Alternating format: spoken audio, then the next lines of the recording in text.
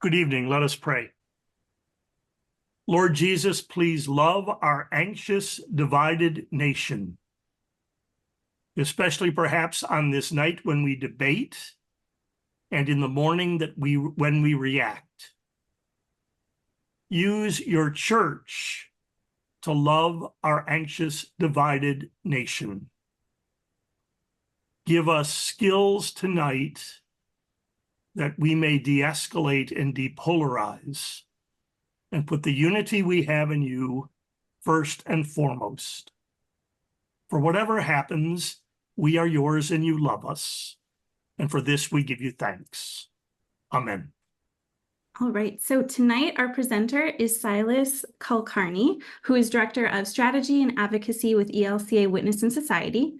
In this position, Silas leads the ELCA's federal policy advocacy with both Congress and the executive branch. Silas brings a passion for social and racial justice that is deeply connected to his faith and past work.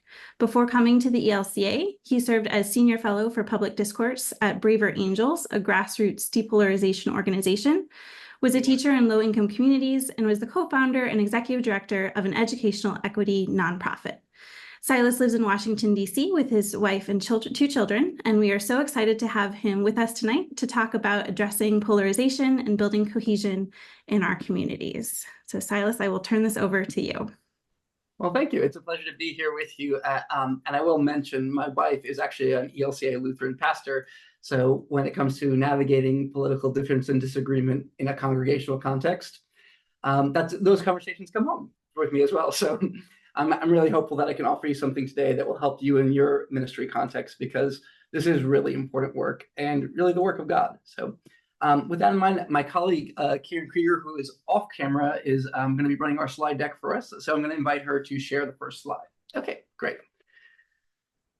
So today we're going to cover roughly three things in here. One is just the awareness of the impact of political polarization, which I don't think I have to go into great depth because I think you all will be experiencing it yourselves already, and that's part of why you're here today.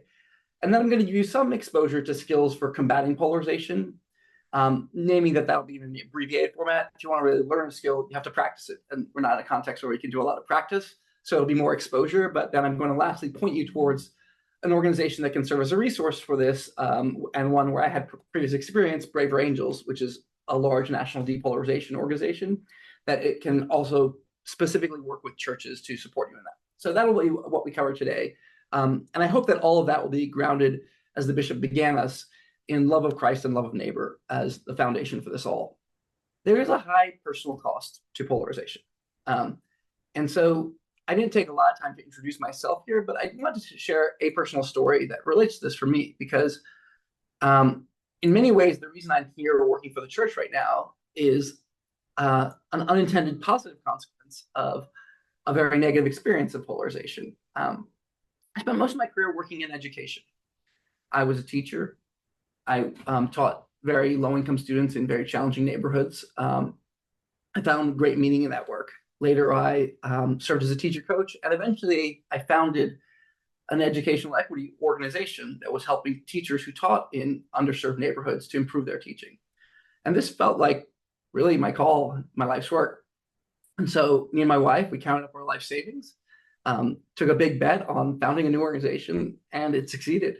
I built the organization with me and a co-founder from two of us to now I think there's 100 employees. It became nationwide. I thought we were really helping students. And it was very meaningful for me. But something happened. It started somewhere around 2016, increased into 2018 and 2019, where the previous consensus in the movement for education reform, which had been really bipartisan, started to collapse. I've been doing this work for a long time, so I remember working back in the early 2000s with George W. Bush's office and Ted Kennedy's office working to pass education policy. And for those who remember this, they shook hands on the passage of major education legislation. And there was almost 2 decades of a bipartisan consensus in favor of trying to do something to improve the schools for all our students, and especially those least served. And I had always had friends on both sides of the political aisle. I did a lot of political debate in college, so that was natural. The people you go and grab a beer with afterwards were same people who you would disagree with in a public forum right before. And so that has maintained part of my life. And my own family is politically divided as well as culturally different. So that had always seemed normal to me. But something happened within the entire education reform space that struck me, as it turns out, as a mirror of what was going on in the country as a whole, where suddenly the cross-partisan collaboration was breaking down. Suddenly people weren't even talking to each other anymore. And even within groups who nominally agreed, there was a developing of a judgmentality, a mentality towards a purist. If you're not exactly aligned with me on every point of every issue, then you're disloyal to the movement. You're not really one of us. And even within the organization I founded myself, I found this to be cropping up. This was all people who were at least nominally devoted to the goal of serving the least served students. And this judgmentality became extremely intense. People were pointing fingers at each other. And this was all, actually, I guess you would say, mostly on people who might be on one side of the political aisle. The accusations were leveled at the slightest drop of a hat. And people had this sense that if they said the wrong word or showed their real opinions, then suddenly they would be cast out of the tribe. And I also felt that we were no longer able to progress in the work that we were doing because of this. And so I took a big step away. I left the organization I founded, even though it was succeeding. I took some time to reflect with my family and my wife. And then I ended up landing at this organization called Braver Angels, which I'll tell you a little bit more about later, which is specifically an organization devoted to depolarization, to trying to work with people you disagree with, to trying to see the humanity in people that you disagree with deeply. And that work actually led me to where I am now, because I had always been a member in the pews of the Lutheran Church, but I never worked for the church-wide organization. And during that time, I did some work with my now boss, Amy Ruman, who was interested in bringing some of the depolarization work to the ELCA. And we started working on that together. And that led later on to me hearing about this job opportunity. And when it came up, I really felt called to it, because part of my feeling in this space of polarization and depolarization was that for two goals I really cared about, both depolarization and the ability to work across lines of disagreement, and racial reconciliation, which is a big part of my own personal story. My parents are two different races. For both those goals, I felt that only Christ could reconcile us. And that if I was looking for a space that could bring together people across such deep divides, that the church was the one. And so the chance to do this work here in the advocacy office of the ELCA was really a blessing, and has been a blessing. But I still look back and say, wow, the movement that I spent 20 years in, the organization I built, was torn apart by this polarization that seemed to be tearing apart the country as well. And as I talked to others in other places as where people were working for causes long-term, they reported similar things. Even within people who agreed, people were tearing each other apart, and across the line, they weren't even speaking. So this is quite a passion for me, this question of polarization and depolarization. And I think it's, regardless of what side of the aisle you're on, and I believe and I hope that there are people in this room today who are on different sides of the aisle, who might vote differently in the coming election.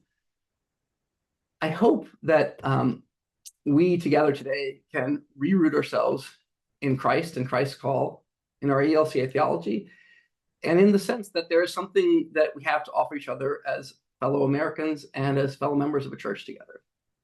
So that's a little of my story and how I came to this work. But I want to take a little second to hear from you. So Karen, if you could move to the next slide. Just take about a minute to reflect on these two questions. And if you feel so bold, feel free to put it into the chat.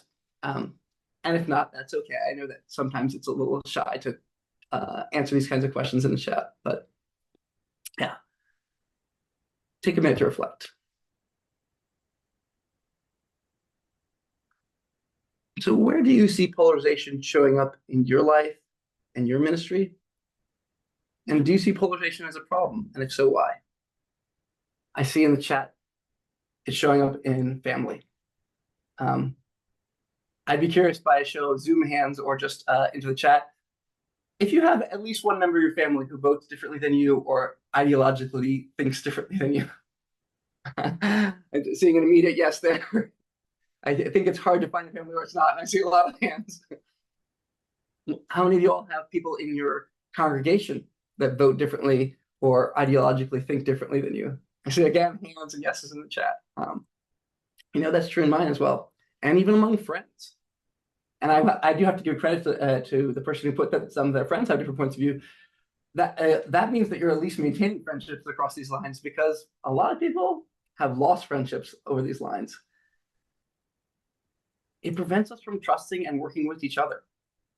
And that's absolutely right.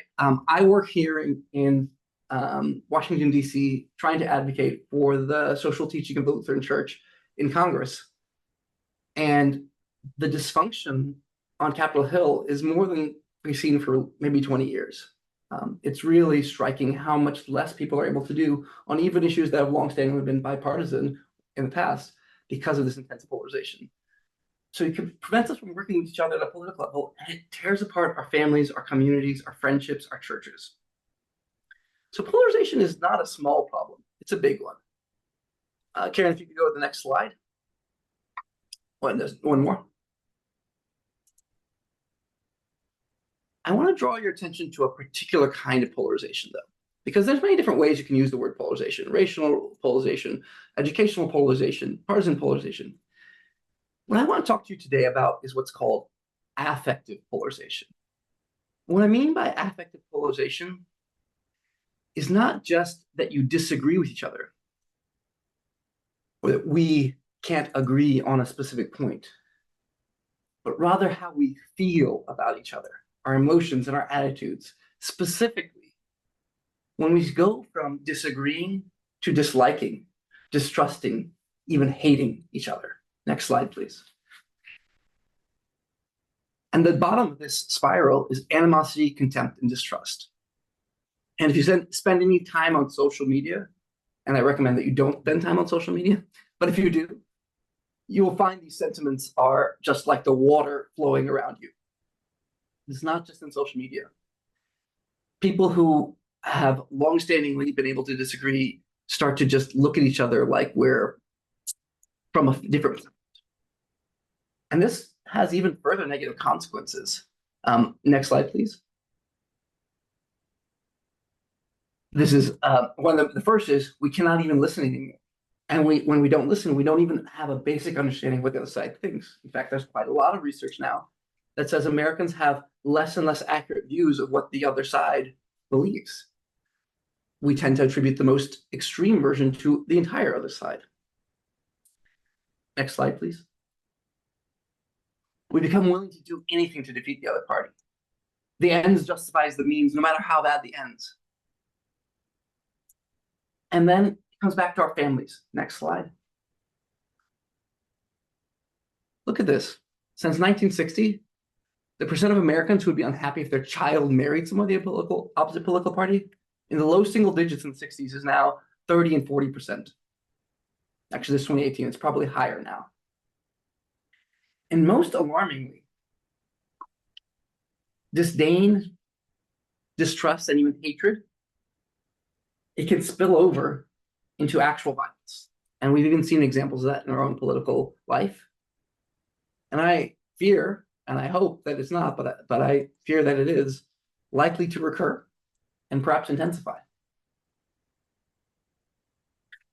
So we've got to do something about it. And I think we specifically, as Lutherans, should do something about it. Next slide, please. Because Lutherans are an ideologically diverse group. We're not quick to admit our political opinions in church contexts, but any amount of survey data that you look at suggests that within the ELCA across this country, there are large numbers of voters on either side of the political aisle, large numbers of people who disagree strongly on these issues in our denomination, in our congregations. But it's not just that we are diverse politically. It's also that our theology points us to something beyond what the culture around us is steeped in. Next slide, please. I want to take here a quote from Romans and just take a second to read the slide, the quote from Romans 12, and just soak it for a second.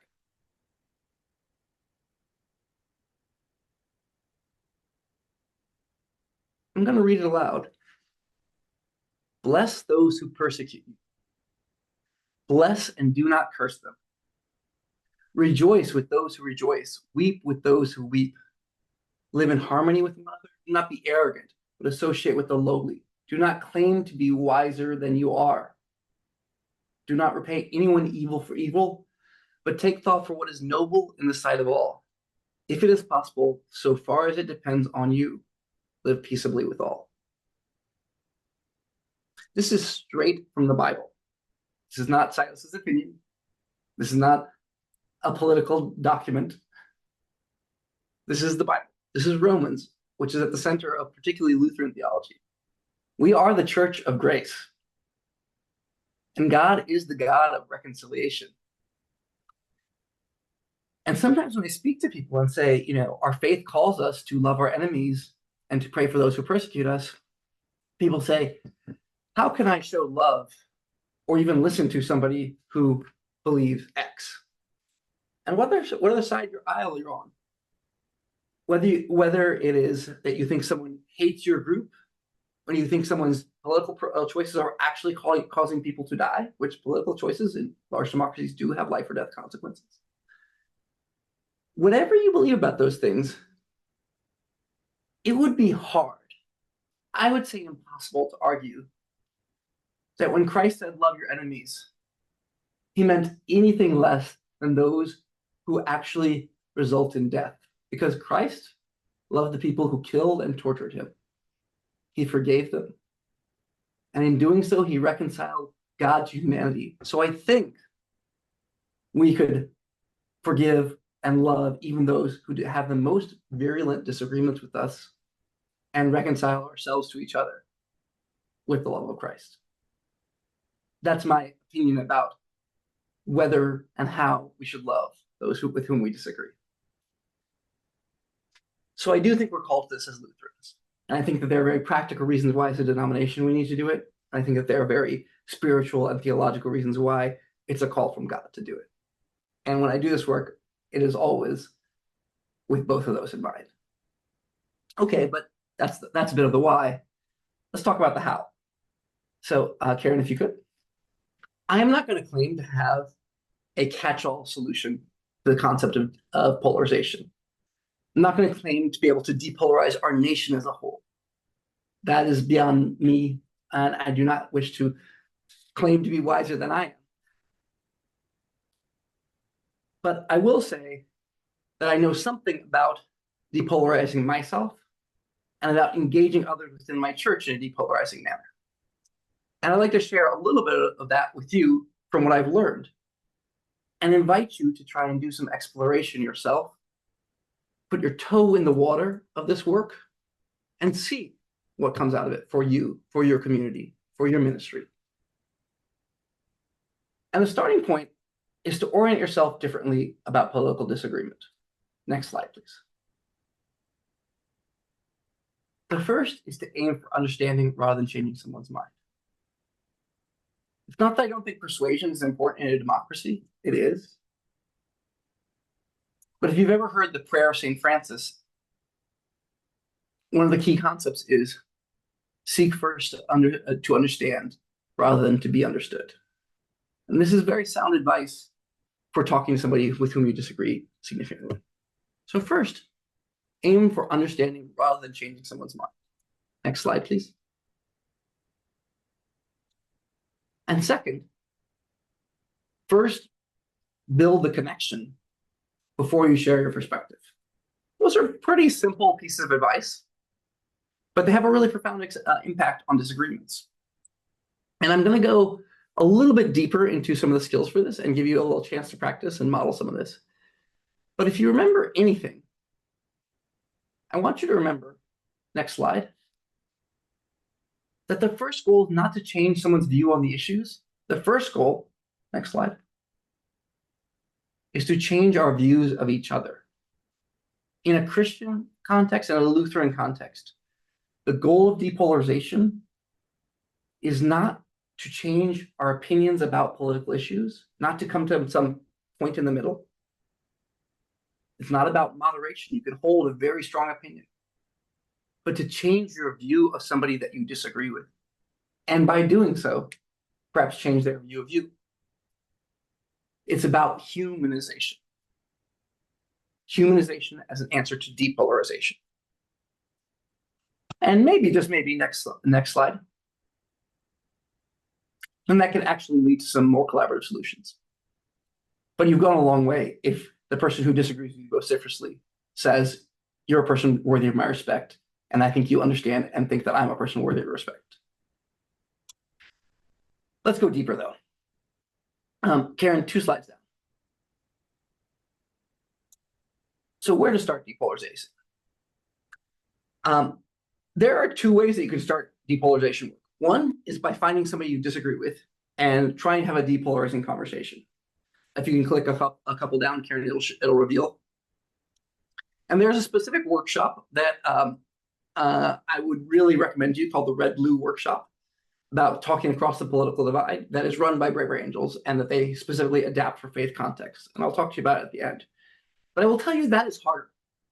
It is harder to have a respectful, fruitful conversation with somebody that you disagree with vociferously. What you might actually want to start with, and where I'm going to start with us today, is talking to people who are nominally like-minded with you about people on the other side. We call that depolarizing within. In other words, noting how you and those in your social circle might be contributing to the problem of polarization, and trying to bring someone who agrees with you on an issue, or mostly agrees with you on an issue, toward a view of the other side, which is more humanizing. So we're going to talk about that mostly today as a starting point. But if you get the bug, if you like this work, if you think this has something to offer you and your community and your congregation, then I would encourage you to take the next step and go to the more brave step of talking across the political divide, which I'll point you towards at the end of this session. Okay, next slide. So first off, if we're going to do some depolarization work, we have to recognize when polarization is happening. And there's 4 key, what they call the 4 horsemen of polarization. If you could reveal the 4th of them, Karen. Stereotyping, dismissing, ridicule, or displaying contempt. So the first place to start here is begin to notice.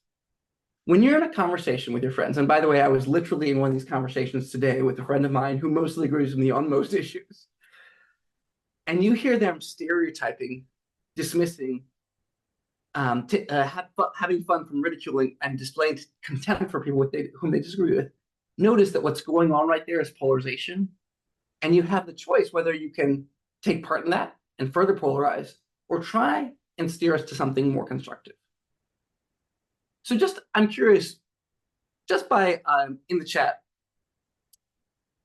do you feel like in your social circles, in your church, you hear these kind of conversations that display this? Or it could be online if you're online. I feel like if you're online, you can give me a hand physically, or you can check in the chat. Do you feel like these things are showing up in conversations that you hear around you? Stereotyping, dismissing, ridiculing, contempt? Seeing several yeses in the chat. Deb Kohler had a great comment. She said, not in the church building, but outside the parking lot. And I think, and then Marty is naming that it also is just causing us to not talk, and therefore people don't even know what you think. Some people call this false unity or artificial unity, suppressing any kind of discussion of disagreement because we're fearful that we're going to get there. So the next time this happens, and the next time you hear this happening, whether in the church parking lot or in your social circles outside, I want to challenge you to notice it and say, this is an opportunity to do something. And then I'm going to encourage you specifically to be a little brave. In fact, Braver Angels used to be called Better Angels, which was named after the Abraham Lincoln quote. But they changed it to Braver Angels because there was a sense that you had to be brave to do depolarization work. So you're going to see this happening, You're gonna say, "Oh, this is an opportunity for me. Time for me to be brave," and then you're gonna get a pit in your stomach. Oh, okay, am I ready to do this? So when you hear that happening, recognize that you're probably contributing to it. You're probably tempted to nod along, laugh along, make a comment that would encourage them, because that's how we establish ourselves as members of any group. We laugh at the same jokes. We like the same things, and we dislike the same things or the same people. Okay. So I'm going to actually ask you to do a little quiz here about yourself. Just recognize something in yourself. So next slide, please, Karen. So I'm going to put a question up here, and I'm going to ask you all to write down. You don't have to put it in the chat. If you want to put it in the chat and be brave, awesome. But if not, just write down for your own self. And it'll just say, number one, there'll be a question, and you're going to choose an answer. Often, sometimes, or never. How often do I do this? Often do this, sometimes do this, or never do this. All right, here comes number one. Assume all those people all think the same way about everything when thinking about the opposite political side. I don't put mine in the chat just to give myself a very generous sometimes. Probably the answer is often. Number two, and try and actually write down your answers here. How often do I assign good motives to my side and bad motives to the other side? I'm going to say often. Number three, how often do I focus on the most extreme view of those on the other side? I wanted to give myself a rarely, but I must say so. Number four, compare their worst people to our best people. Number five, how often do I get a rush or feel like a sense of pleasure out of criticisms of the other side? And then number six, on number six, it's going to be a little different. So we're going to go to the next slide. On this one, I want you to take all of these together and try and assign a general place on a scale. So the question for number six is, overall, what's closest to my feelings about people on the other side of the political aisle? This is a spectrum. On the one hand, at the far end of this, I hate them. I think they're my enemies and they want to harm the country. A little bit more positive, but still, they're deplorable. I disdain them. They're ignorant and they should know better. We're starting to get to a place of maybe, let's say, condescension or pity and say, oh, they've been duped. They're well-meaning, but they've been fooled. Do you feel basic respect? You know, they have some valid points, though overall the perspective is flawed. They have something to contribute. Or are you at a place of respect and appreciation for the opposite side? They have a lot to contribute. They have an important perspective, even if I only agree with parts of it. This one I'm not going to ask you to put in the chat, because sometimes this is too self-indicting. But just write down for yourself, question 6, what's the core emotion I'm feeling towards the other side most of the time? Hatred, disdain, pity, basic respect, or respect and appreciation. I've done this exercise where I've actually asked people to write it down and share their answers, usually when we have a workshop context where people can break into small groups. I've never been in a group where the average was higher than pity. That's the times we're living in. That's the spirit of the age. That's what we're here to do something about, first and foremost, by recognizing that we're contributing into it and we're experiencing it within ourselves. And we can do something about it within ourselves first. We can do something about it within our communities before we tackle the whole country. I just want to give you a little time to reflect. What did you learn about yourself when it came to polarizing attitudes towards the political other? So once again, take a minute to just jot down your thoughts. And if you feel brave, feel free to drop those thoughts in the chat. Take a minute and reflect in writing, if you can, on what did you learn about yourself when it comes to the polarizing attitudes that you might hold within yourself towards the political other. I see a couple answers in the chat. Is there anybody else who wants to share an answer in the chat before we move on? I see one that I think is really really thoughtful, which just says, I have much to learn. And I'll just say every time I do this quiz, and my numbers do go lower over time and do this, every time I do this quiz, I'm reminded that just because I've attempted depolarization does not mean that I have achieved depolarization as a way of being. It's reminds me a lot of Christian humility and forgiveness. You know, I strive for them, and then every day I remember, I need God's grace. Okay. Well, let's talk a little bit about ways we can concretely counteract some of these negative tendencies. Not just by recognizing with ourselves, but starting to do something different. What I'm going to show you on the next slide, and we're going to actually skip 2 here, Karen. Having done these kind of workshops in both church groups and secular groups, there's an ongoing recurring set of stereotypes that come up. And what you'll find is when people feel that they are stereotyped, they tend to stereotype. When people feel that they are viewed negatively, they tend to view the other side negatively. And the reverse is true as well. So I want to just take a second and show you, we've asked hundreds, maybe at this point thousands of people around the country, what do you think the other side's stereotypes of you are? How do you feel that the other side treats you, talks about you, and views you? And very consistent answers come up. People who are more on the conservative side, what in Brave Angels we call Reds, they tend to think that people on the progressive or liberal side see them as racist, anti-immigrant, uncaring about people in need, homophobic, anti-woman, anti-science, or Bible thumpers.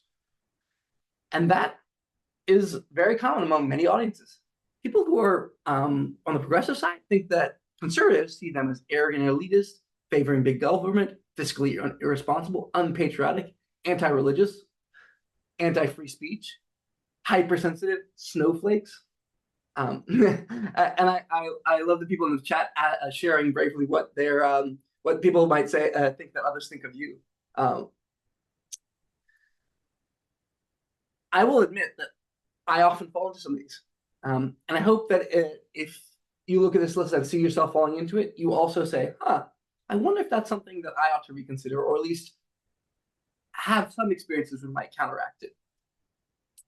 And how might I view people alternatively than through stereotypes? How might I humanize the other side? Even if I don't have to change my view on the issue, how might I change my view on the other people? Miriam, your comment in the chat, not a warrior forgot that resonates for me. I think it hits home when somebody challenges your religion and your religious identity based on your political beliefs. I think that's really an important one. So let's challenge our stereotypes. What can we do instead of having a stereotype? Well, the first thing we can recognize, we can tell ourselves that people on the other side are more varied. And all you have to do to prove the truth of this is find 2 people who both are on the same side of voting, who disagree with each other or who talk about the issue very differently. Yeah. If you're progressive, you can note the difference between libertarians and traditionalist conservatives, who are very different. And if you spend any time with the groups, which I spent a good bit of time with both those groups, they're very different, and they both tend to vote Republican. If you're a conservative, you could look at progressives, and you could look at the difference between people who are economically left and people who are culturally left, and they're very different again, and oftentimes disagree with each other quite vociferously. Just think about the differences on the other side, and you'll start to complexify them as a group, not just see them as one monolith. Understand that their views might be more complicated than you think. They might not just have the most simplistic version.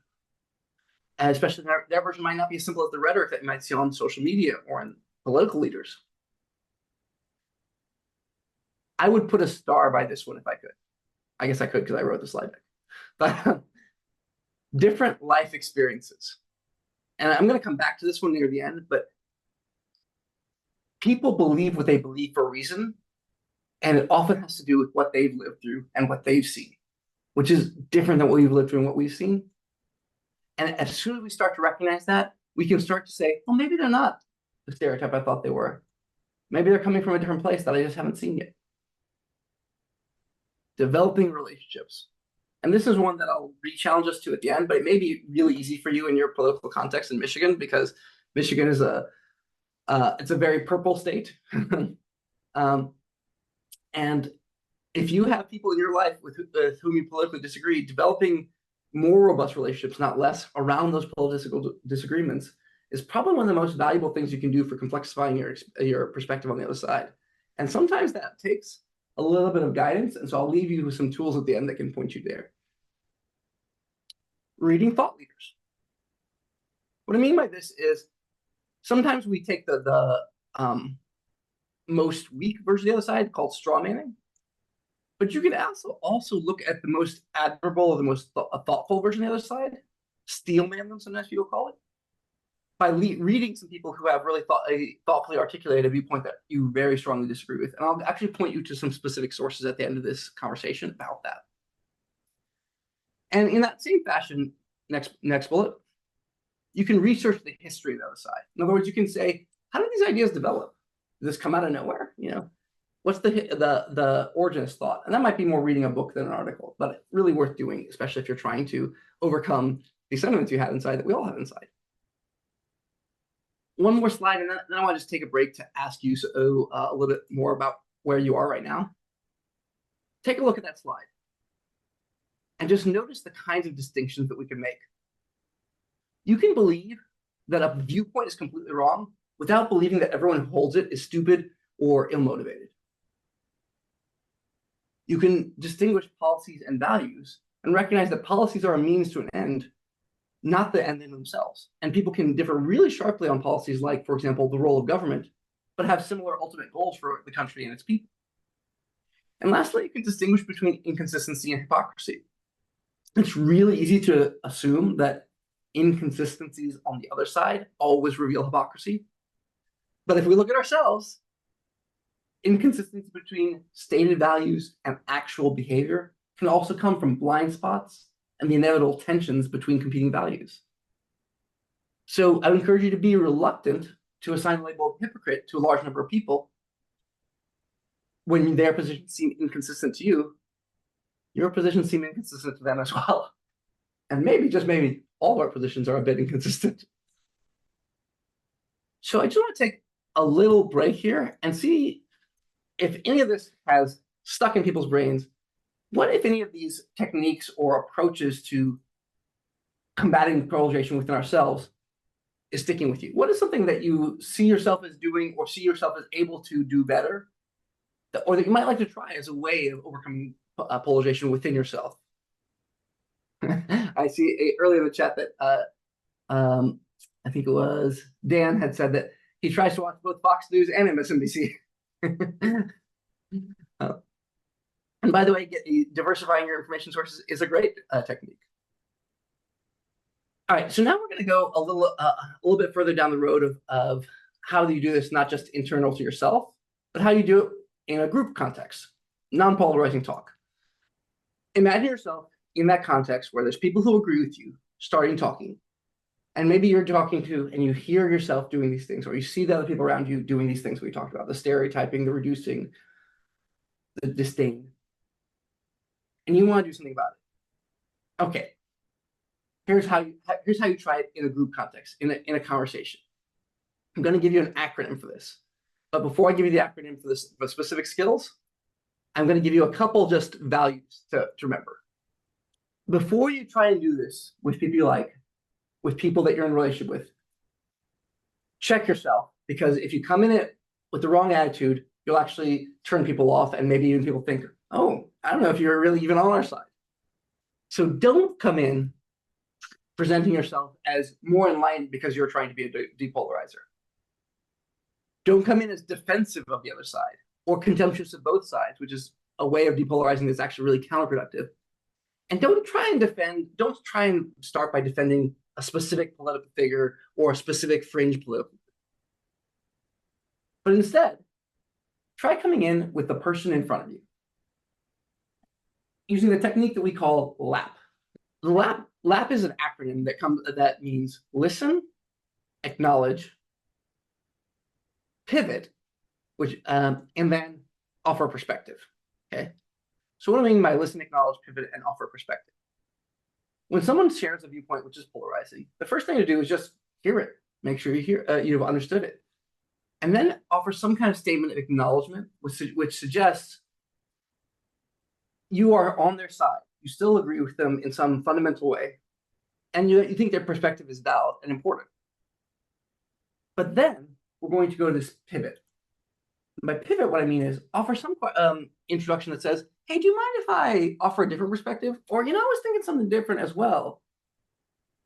And then from there, if they say yes, and they don't always say yes, but if they say, okay, what do you have to say? Then you offer a new perspective. And that new perspective is going to slightly depolarize the conversation, move people in the direction of maybe they could see more complexity and more humanity on the other side. My colleague Karen and I are going to role play what this looks like in action. And I want you, as we role play, to try and notice those 4 steps: listen, acknowledge, pivot, and then offer a perspective. And we're going to do this twice. The first one is going to be me as the depolarizer and Karen as the polarizer. And we're going to be having a conversation as if we're both on the blue side of the political aisle. Okay?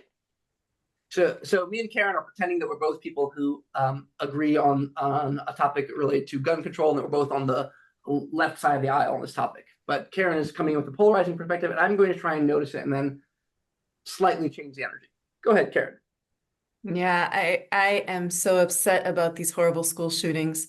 The Republicans in Congress get their campaign funds from the gun lobby, and the rest of the Republicans act like they would rather see kids get killed than support the simplest gun control measures. Yeah, I'm really upset about it too. I mean, we can't even agree on basic gun regulations to keep our schools and communities safer. Agreed. All those gun nuts are putting their personal hobby over the safety of our children. I've got relatives in that camp, but I don't get it. I've had trouble understanding the other side also. So I've been trying to step back and listen and read about where they're coming from. Where could they be coming from, except willful ignorance? That's about where I start too. Could I share my views with you?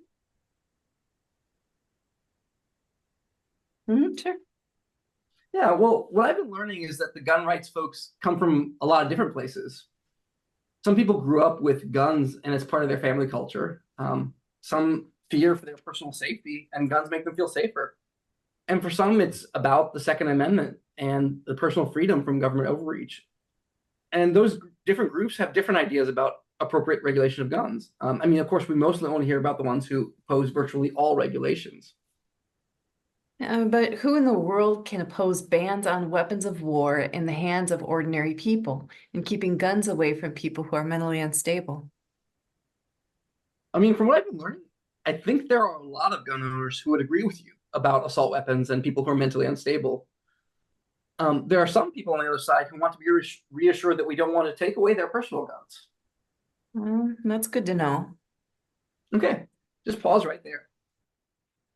That's what it looks like in real life to try and redirect a conversation, what we're calling an in-group conversation.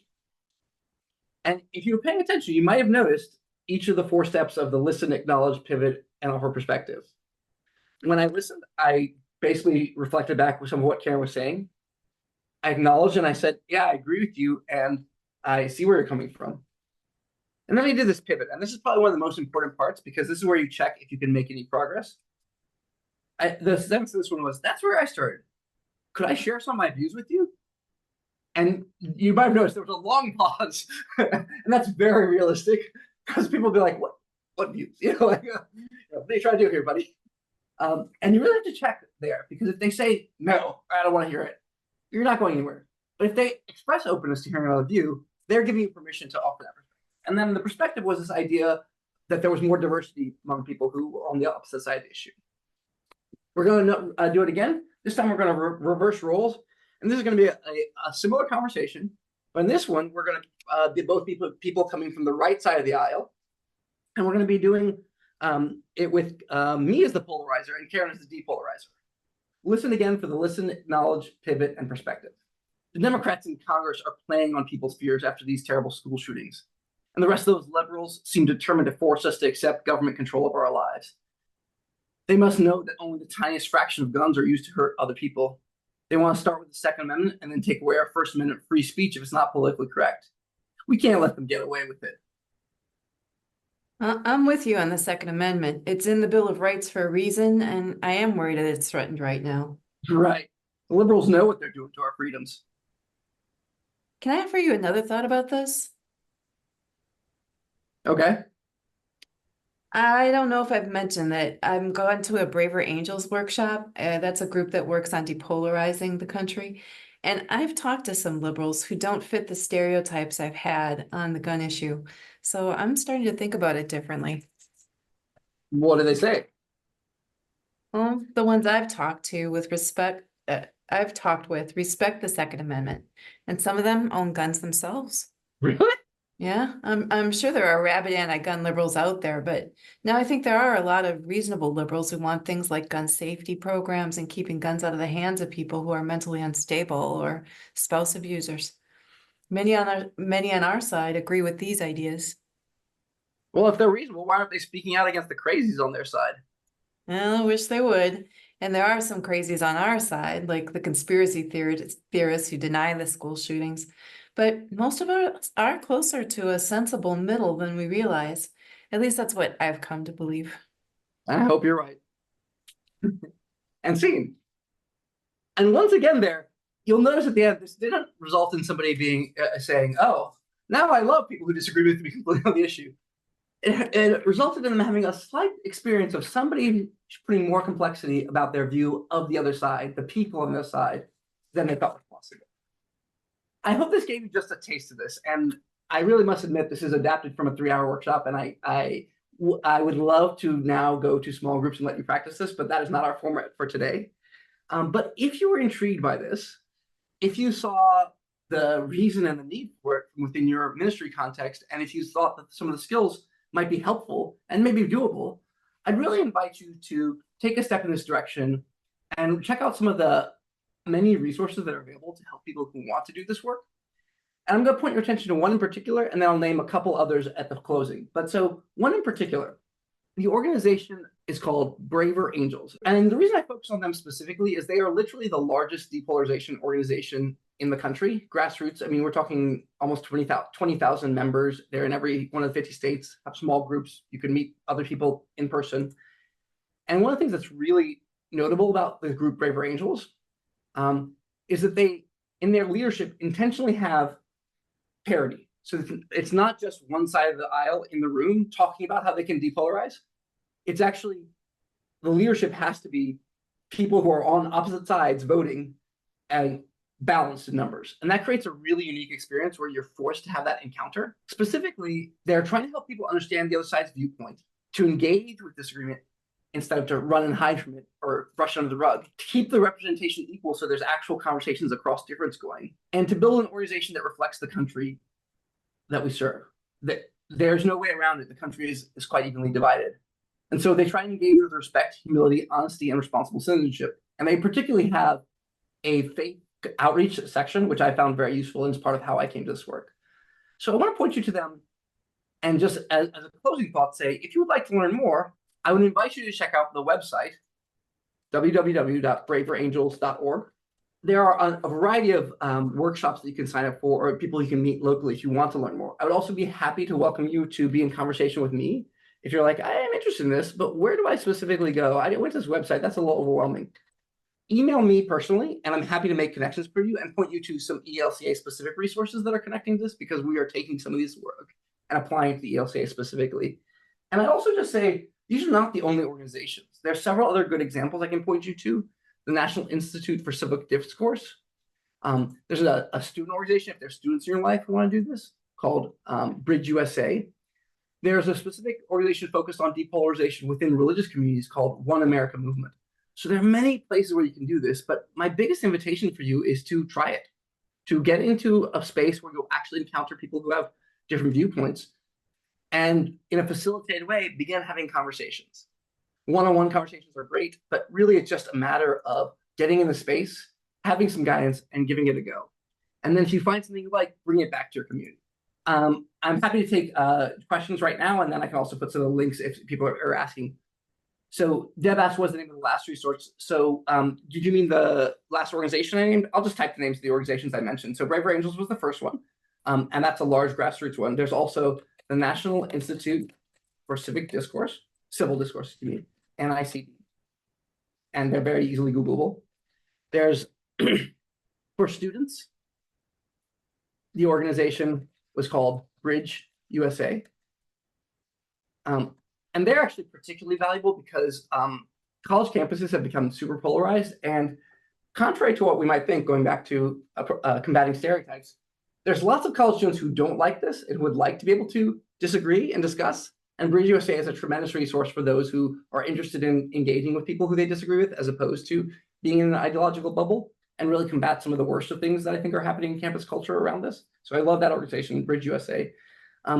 Another one that's a religious focus of depolarization is called the One America Movement. And they actually have a number of programs, one that pairs pastors from more conservative and more liberal denominations with each other within Christianity, another that pairs members of different faiths with each other, as well as a series of curricula and other resources that you can use in religious specific contexts. So I love those. Great. And Karen's drawing your attention to resource ideas from ELCA Advocacy blog. And I think actually you might have heard about this in the last session with Amy Ruman, but in the last session with Amy Ruman, there's actually specifically resources from another lovely organization called Interfaith America, who is not specifically a depolarization organization, but is actually an organization that is working on building a multi-faith America that talks across religious divides, but they actually have specifically done election engagement and depolarization work, particularly in the context right now of a very polarized electorate and a very polarized election. And they have great resources, which we actually linked to in the last one of these presentations. Other questions? Okay, do you ask where I am now? So geographically, I live in Washington, D.C. I was born in Louisiana and grew up in Texas, but I've lived in Washington, D.C. for over 20 years. And I'm here in the ELCA's Witness in Society office, right off the Senate. So, okay, any other questions? If there's no more questions, it has been a pleasure to be with you today. I must admit that I prefer to do this in person where I can sit and talk and chat with you all. So maybe you'll invite me and I'll come to Michigan sometime to spend some time with you. But until that time, I'm glad to get to be a little bit with you and share a little bit of this work that we do that informs our advocacy and our approach to the civic space in America and in the church. And then thank you for the kind words in the chat. I appreciate them very much. So I'm going to pray a prayer that Brave Angels adapted from the prayer of St. Francis, which is to me a very, very moving prayer. Just take a minute to gather yourselves for prayer with each other and before God. Lord, make me an instrument of your peace. Where there's hatred and division, let me sow love and reconciliation. Let me seek first to understand rather than to be understood. And let me faithfully serve you by loving my neighbor, loving my enemy, and recognizing that there's no one who falls outside those two categories. Give me lastly the strength to do this through the power of Jesus Christ, our Lord and Savior. Amen.